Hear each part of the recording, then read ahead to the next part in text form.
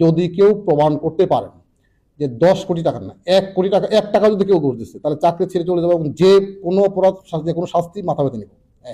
এবং আমি এইটাও বলে দেখো স্ট্রেটলি 10 কোটি টাকা না 10,000 কোটি টাকা দিয়েও জনাব সারোয়ার সাহেবকে কিনা দেবে না, এটা বলে দিই। এবং আমি আমার জনগণকে আমি আমার নাগরিক বন্ধু বিশেষ করে সিলেটবাসীকে এইটুকু আশ্বস্ত করতে চাই যে জনাব সারোয়ার সাহেব কোনো দুর্নীতি করেন না এবং করতে দেয় না।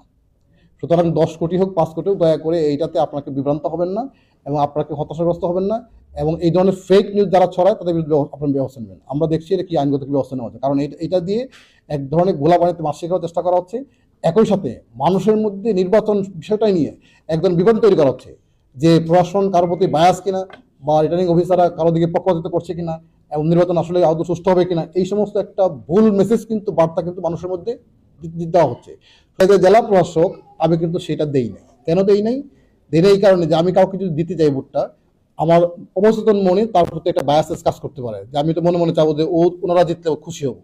তো এইটা যাতে না থাকে, কারণ আমি যখন বিচার করতে বসি আমি একদম বিচার করি বসি আমার সৃষ্টি করতে স্মরণ করে যে আমার প্রত্যেকটা জিনিস কিন্তু কাউন্টেবল আমাকে জবাবদিহি করতে হবে। কোনোভাবেই যখন আমার কোনো কর্মকাণ্ড যেন কে আমার ভাই কে আমার আত্মীয় কে আমার কোনো আমার বিচার আমার মতো